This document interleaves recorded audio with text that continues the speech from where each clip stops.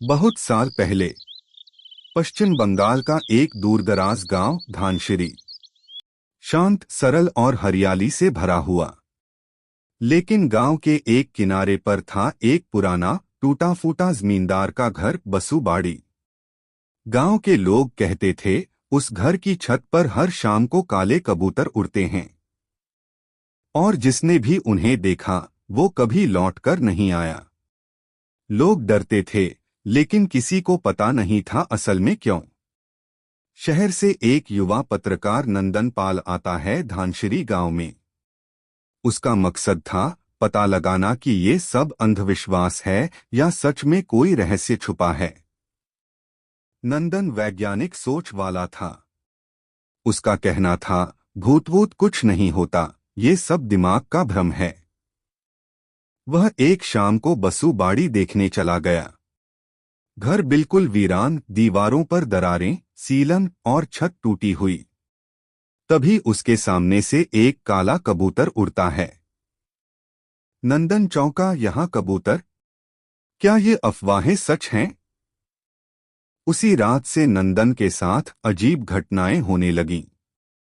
रात में उसे किसी के फुसफुसाने की आवाज आती। एक रात उसके तकिए के पास मिला एक काले पंख का टुकड़ा।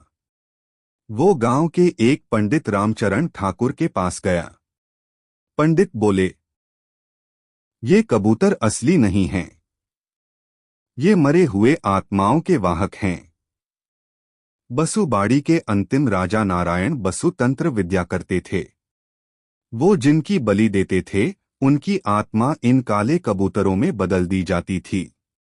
नंदन ने ठान लिया, अब इस रहस्य का अंत करके ही रहूंगा। वो रात को कैमरा, टॉर्च और एक पुराना ताबीज लेकर बसुबाड़ी पहुंचा। रात के ठीक 12 बजे वह छत पर पहुंचा। आसमान में बादल, हल्की बारिश, बिजली। तभी एक धुंधली परछाई उसके सामने आई। वो बोली, तू भी आया है पंख देखने? अब तेरी बारी है। नंदन पीछे मुड़ा, कोई नहीं था। परछाई ने फिर कहा, मेरा नाम रत्ना है। मुझे बलि चढ़ाया गया था। मेरी आत्मा अब भी यहाँ कैद है। मुझे मुक्ति दिलाओ। नंदन ने अपने पास रखा ताबीज उस परछाई की तरफ फेंका। अचानक सब तरफ उजाला हो गया।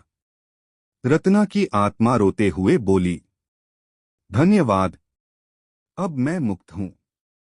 अब ये काले पंख नहीं उड़ेंगे।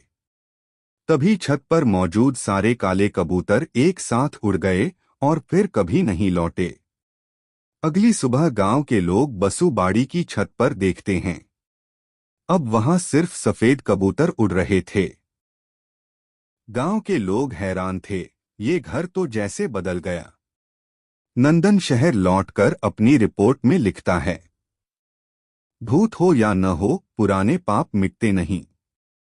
पर अगर किसी में सच्चाई और हिम्मत हो तो अंधेरे से उजाला जरूर निकलेगा।